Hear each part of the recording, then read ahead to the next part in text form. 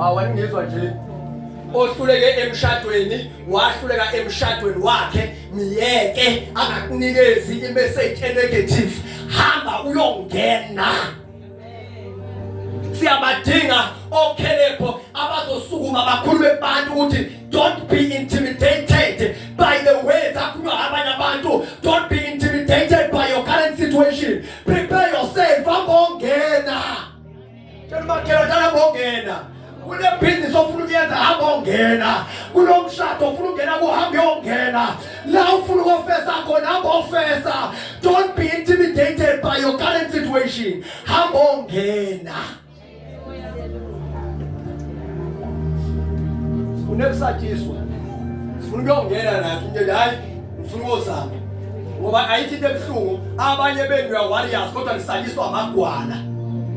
Jesus. Abanye benu have a potential to win but usanyiswa igwala. Tshela intombazane ehlaza ukuthi ungashadi kanti emshadweni yakho isho ubuhlaza bayo. Abanye bethu bamagwala. Ubugwala babo bafaka kwabanye abantu. Ufake ubugwala kumuntu oyikawe.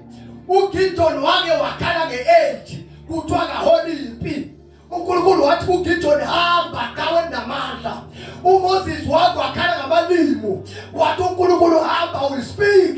Hey, asiye emuva siyaphambili. Jesus. Ngemakhala asiye emuva siyaphambili. Ngemakhala sihlehli siyaphambili. Awuzusabe ngisho ukhethe ikhozo uyithandayo. Sakiswa abantu asebehluleke phambili. Athi nje mngani wami ngeke manje buka. Manje buka. Ayikho into ekuhlungu ngobuka umuntu ngabesho ukuhluleka. Jesus. Ayikho into ekuhlungu. Yingakho uma uNkulunkulu ekhethe inkosi kaIsrayeli wathi uSamuel wathi Samuel ngizokutshela basekufanele uyigcobe. Ngoba uSamuel wathi efika nje ngamehla akhe wabuka uAbinadab ethi iBhayibheli wayenamahlombe amakhulu. Wathi mayefika wafika wabuka uAbinadab wavele wamkhetha kanti uNkulunkulu akamkhethanga. Wathi mayiqeda wabuka uShama wamkhetha kanti uNkulunkulu akamkhethanga. uNkulunkulu esekhuluma noSamuel, Samuel mina angibheki ngaphandle wathi ngibheka ngaphakathi. uNkulunkulu ubheka ngaphakathi. Let me preach to you. You have a strength to do it. The strength is inside, not outside. Motivation angithanda ngene ungani wayo. Kodwa ngithanda le nto kamfundisi uZondo mayethi ukuba inyosi yabuka amaphaphu ayengeke indize ngoba mawuke wawathinta ngezandla ayaphela. Athi kodwa yandiza ngoba yayifuna ukundiza. Ayintimidate'wanga into ephambi kwayo. Ayintimidate'wanga isimo sayo. Yanyakaza yandiza. Hey, nyakaza undize. Awushobaza abantu abangabizwa Nkosi. Naba phambi kwaba bangizwa. Amen. Uzofile inferior. Lapha akuyakhuluma khona usabe.